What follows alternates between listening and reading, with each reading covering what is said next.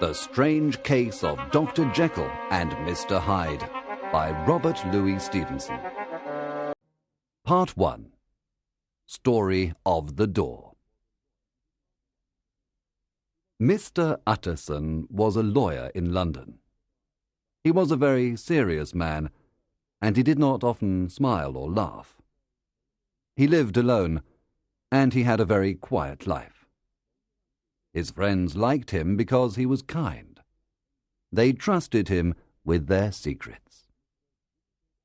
One of Mr. Utterson's closest friends was Mr. Richard Enfield, who was a relative of his. Mr. Utterson and Mr. Enfield walked together every Sunday. They did not say much to each other, but they enjoyed their walks. One Sunday, Mr. Utterson was walking with Mr. Enfield. They were in a quiet street of the city. All the houses in the street were clean and cheerful, except for one. The door of this house was dirty. No one seemed to live there. Mr. Enfield looked at the house for a moment, and then he said to Mr. Utterson, "Do you see that house? I know a strange story, and that house is part of the story." "Oh," said Mr. Utterson. "What is the story?" "I'll tell you," Mr. Enfield said. "One night I was walking home along this street. It was winter, and it was very late. There was nobody in the street. I was frightened. Suddenly, I saw two people. One was a little girl, and the other was a man. The little girl was running towards the main street. The man was walking down the main street. They ran into each other at the corner, and the little girl fell down. Then something horrible happened, and I have never been able to forget it. The little girl was on the ground. The man continued walking. He walked right over the girl's body. She began to scream and cry. It was very frightening, the way he walked over her. I went after the man, and I brought him back. He was a small man, I remember, and there was something strange about him. I hated him the moment I saw him. I don't know why. When we came back to the little girl, there was a crowd in the street. The girl's family was there. There was also a doctor. Everybody was very angry. The girl was all right, but she was crying. Her family was very angry with the man. I hated the man, and I could see that everybody hated him. We all wanted to kill him. We decided to punish him. I told him that he had done a horrible thing. "We will tell everybody," I said. "You will have no friends when they know what you did tonight." The man was frightened. We told him to pay the girl's family some money. We told him to give the family £100. It was a lot of money. "Very well," agreed the man. "I will give the family £100. It was late at night. Mr. Enfield told Mr. Utterson. It is difficult to find £100 in the middle of the night. We went with the man, and he came to this old house. He opened the door with a key. He went inside, and he came out with the money. He had £10 in notes and a cheque for £90. The cheque was not his. It was signed by another man. The other man is very well known in London. This is very strange, I thought. Perhaps the cheque is a forgery. I told the man my suspicions. He laughed at me. "Ha, ha! You don't trust me," he said. "I will stay with you until the bank opens."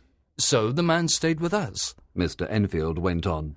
And in the morning we all went to the bank. The bank paid the cheque. It was not a forgery after all. "Oh," said Mr. Utterson sadly. "I know what you're thinking," Mr. Enfield said. "How was it possible for this terrible man to be a friend of the man who wrote the cheque? Perhaps the terrible man is blackmailing him." Mr. Utterson looked at the house again. Then he asked Mr. Enfield a question. The man who wrote the cheque, he asked. does he live in that house? No, Said Mr. Enfield. he doesn't live there. I discovered that later. He lives somewhere else.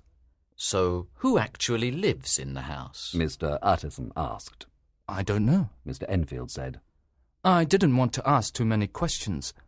I don't like asking questions. But I know that the strange man uses the house very often. I have seen him come in and go out. Mr. Utterson was silent for a moment. Then he said, I agree with you. It is best not to ask questions sometimes. But tell me, do you know the name of the strange man? Yes, answered Mr. Enfield.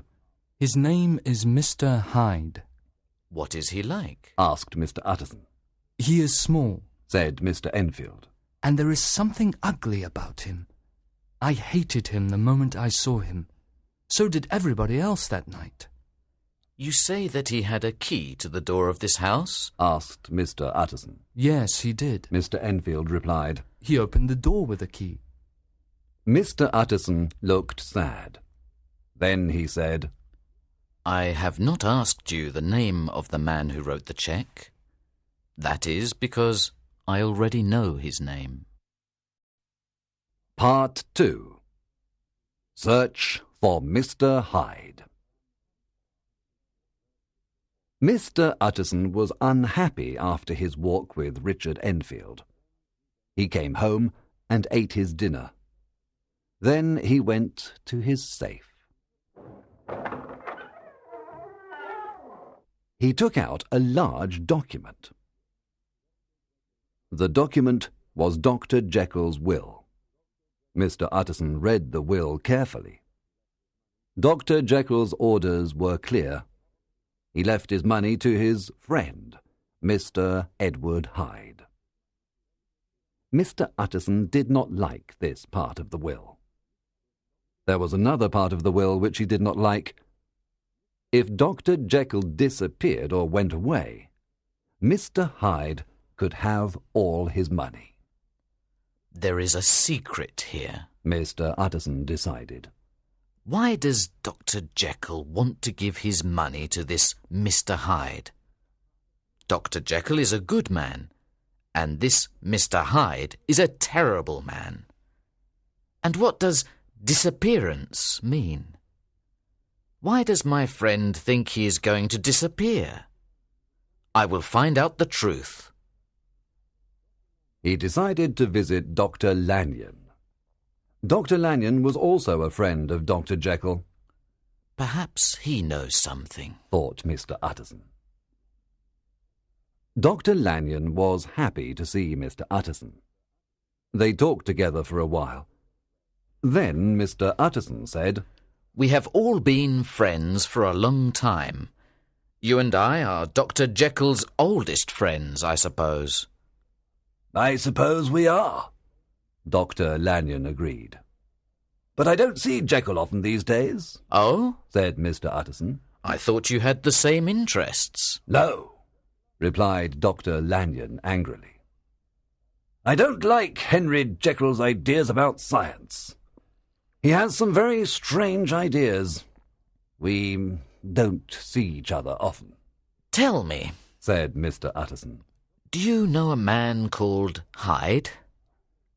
Dr. Lanyon thought for a moment. Hyde? He asked. No, I don't know the name.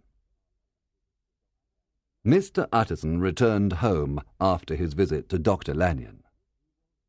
He could not sleep that night. He was worried about his friend.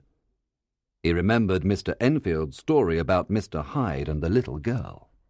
I want to see this Mr. Hyde, he decided. I want to know about his friendship with Henry Jekyll. Mr. Utterson went back to the old house very often now. He waited in the street, and he hoped to see Mr. Hyde. He went there every day, but Mr. Hyde never came. One night, Mr. Utterson was in the street outside the old house. He heard someone in the street. Then he saw a man. Mr. Utterson followed him and then spoke to him. "Are you Mr. Hyde?" he asked. The man seemed frightened for a moment. Then he looked at Mr. Utterson angrily. I am Mr. Hyde. What do you want? "I see that you are going into this house," said Mr. Utterson. "I am a friend of Dr. Jekyll. Perhaps you will ask me into the house?" Dr. Jekyll is not at home. Mr. Hyde said. "I am glad we have met," Mr. Utterson said. "I shall know you again. It may be useful." I am glad we have met too, said Mr. Hyde. He gave Mr. Utterson a piece of paper with his address written on it. "He is thinking of the will," Mr. Utterson thought. "He is glad we met because of the will. That's why he wants me to know where he lives." Mr. Hyde entered the house and closed the door behind him. "I don't like that man," thought Mr. Utterson. "There is something very strange about him. Poor Henry Jekyll. Why have you got a friend like that?" The lawyer walked to the end of the street and turned the corner. The houses here were large and beautiful. Mr. Utterson stopped and knocked at the door of one of the houses. A servant opened the door. "Good evening, Paul," Mr. Utterson said. "I am looking for Dr. Jekyll. Is he at home?" Please come in, sir. The servant said. I will see if Dr. Jekyll is at home. Poole came back after a few moments. I am sorry, sir. He told Mr. Utterson. Dr. Jekyll has gone out. "I saw Mr. Hyde go into the laboratory," said Mr. Utterson. "Does he often come when Dr. Jekyll is out?" Yes, sir. Poole answered. Mr. Hyde has a key to the laboratory.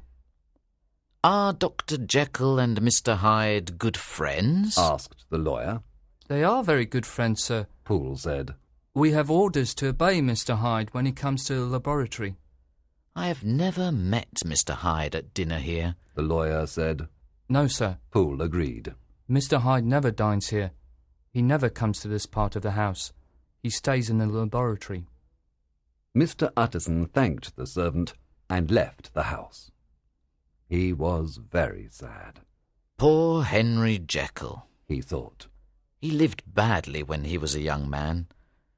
Mr. Hyde must know some secret from the past.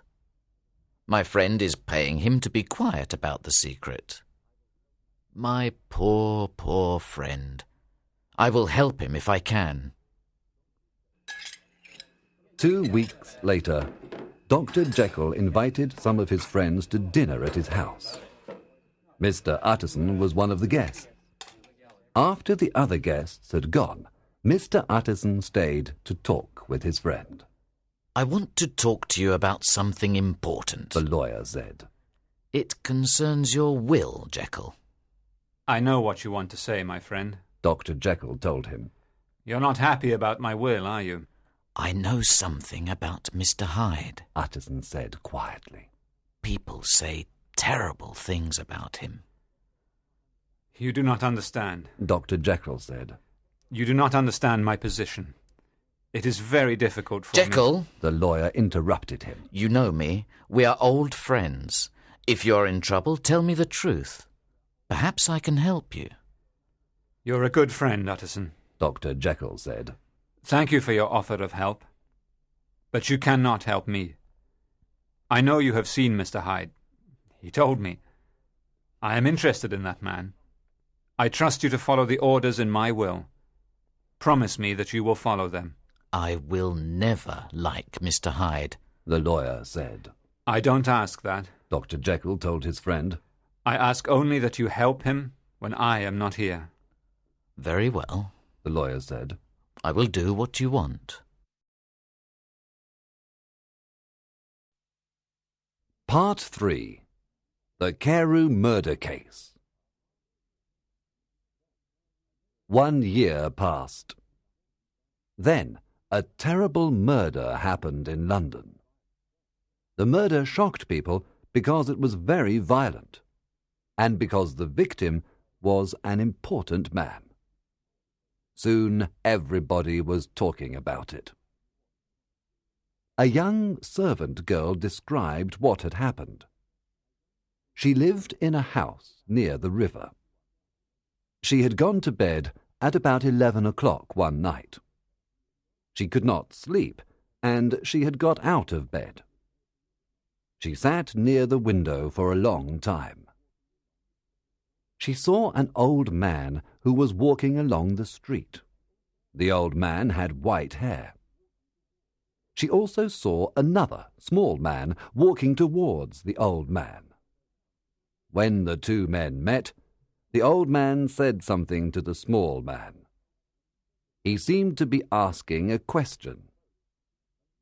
The girl could not hear the words he spoke, but she said that he spoke very politely. Then the girl recognized the small man. It was Mr. Hyde. She knew him because he sometimes came to the house where she worked to speak to her employer. Mr. Hyde was carrying a heavy stick in his hand. He did not answer the old man's question. Suddenly, he lifted his stick above his head and began to hit the old man with it. He hit him again and again, and the old man fell to the ground. Then Mr. Hyde attacked him where he lay on the ground. The girl was horrified at the violence of the attack, and she fainted. It was 2 o'clock in the morning when the girl woke up from her faint. She called the police immediately. The murderer had gone, but the old man was lying in the street. The police found a piece of the murderer's stick in the street next to the old man's body. When they searched the body, they also found the old man's wallet and papers, and a letter. The letter was addressed to Mr. Utterson, the lawyer. The police came to Mr. Utterson's house the next morning. He became very serious when they told him about the murder. "I want to see the body," he said. "I can say nothing until I have seen the body." Mr. Utterson went to the police station. The police had carried the body there. "Yes," said Mr. Utterson. "I recognize this man. It is Sir Danvers Carew, the Member of Parliament." Sir Danvers Carew? The policeman said. Is it possible? He looked at Mr. Utterson. This murder will be famous, he said. Perhaps you can help us to catch the man, Mr. Utterson. The policeman then told Mr. Utterson what the girl had seen. Mr. Utterson was unhappy when he heard the name of Hyde. He asked to look at the piece of the murderer's stick. He recognized it immediately. "This Mr. Hyde," he asked the policeman. "Does the girl say that he was a small man?" She says that he is a small, ugly man, the policeman said. "Come with me," Mr. Utterson said. "I'll take you to Mr. Hyde's house. I know where he lives."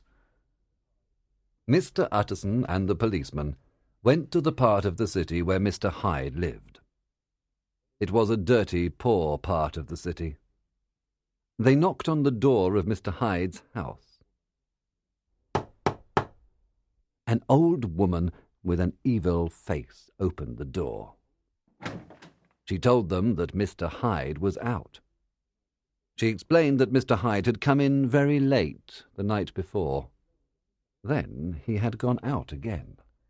"We want to search his rooms," the lawyer said. "This man is Inspector Newcomen of Scotland Yard." "What has Mr. Hyde done?" the old woman asked. "Why are the police looking for him?"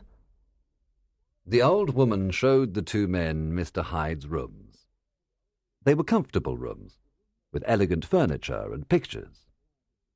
The rooms were untidy, however.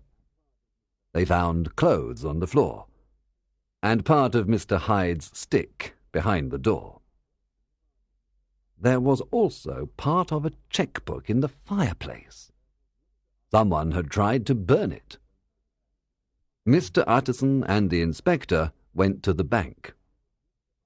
They discovered that Mr. Hyde's bank account contained thousands of pounds. We will find him, sir. The inspector told Mr. Utterson. He cannot escape the police. We have the evidence we need.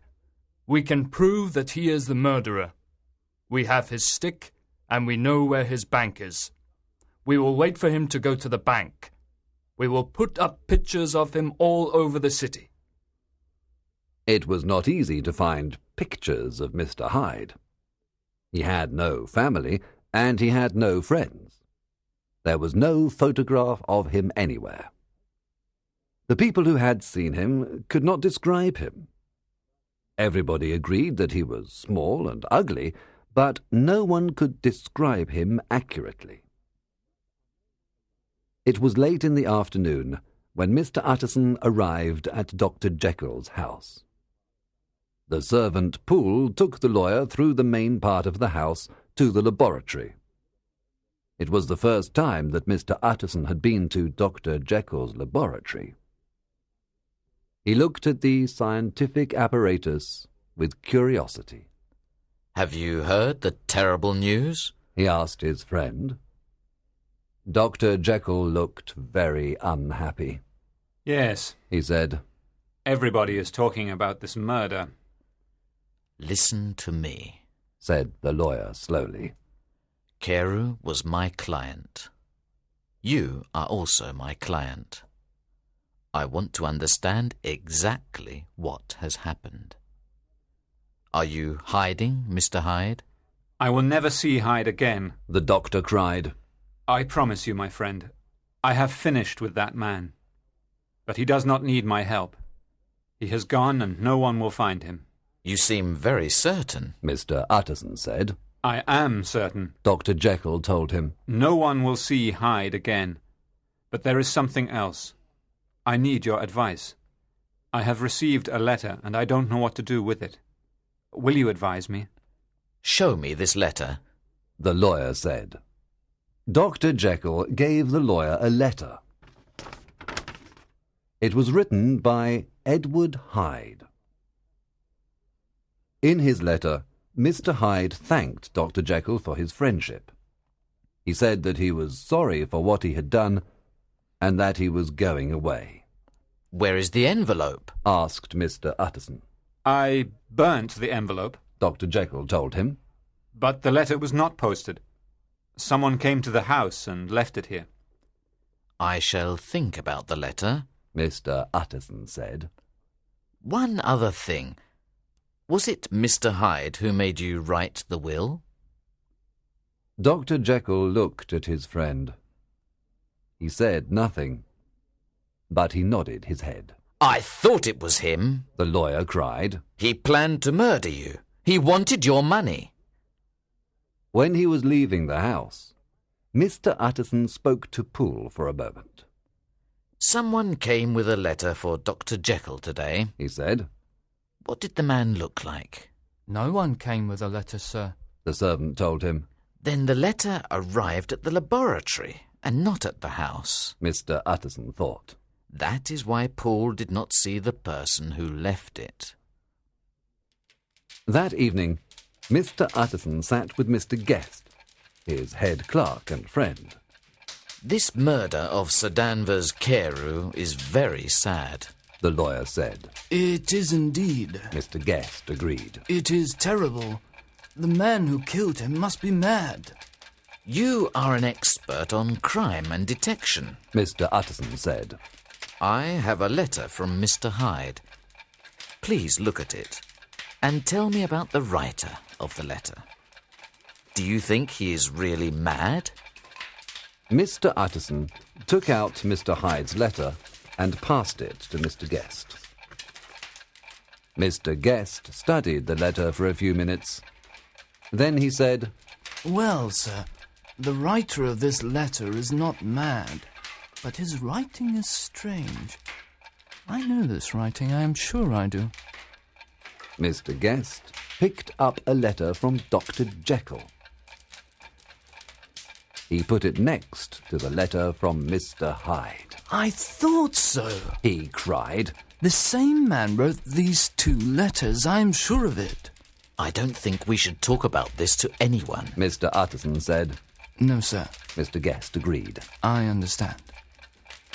When he was alone again, Mr. Utterson put the letter from Mr. Hyde into his safe.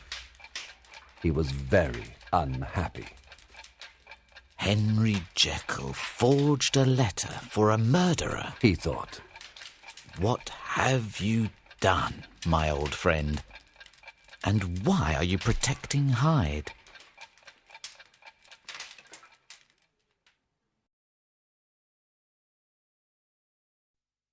Part 4. Incident at the Window. Time passed, and the police continued their search for Mr. Hyde.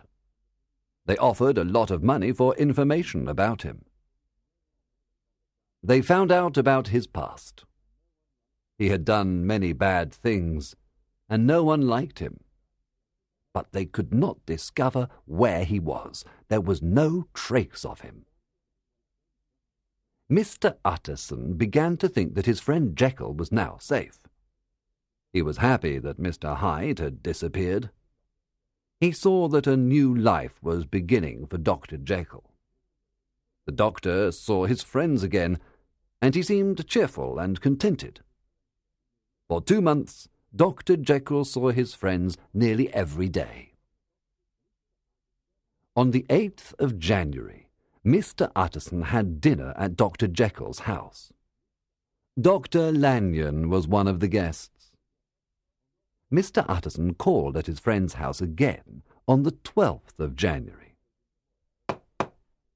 Poole said that his employer was not at home. The lawyer returned on the 14th. The doctor is at home, Poole told him. but he cannot see anyone. He is ill. Mr. Utterson came back the next day, but again he could not see Jekyll. He began to worry that something had happened. He decided to visit Dr. Lanyon. Mr. Utterson was very surprised when he saw Dr. Lanyon. The doctor looked very ill. He was white and very thin. He is dying, Mr. Utterson thought. He is a doctor. He must know he is dying. How sad it is. I have had a terrible shock, Dr. Lanyon told him.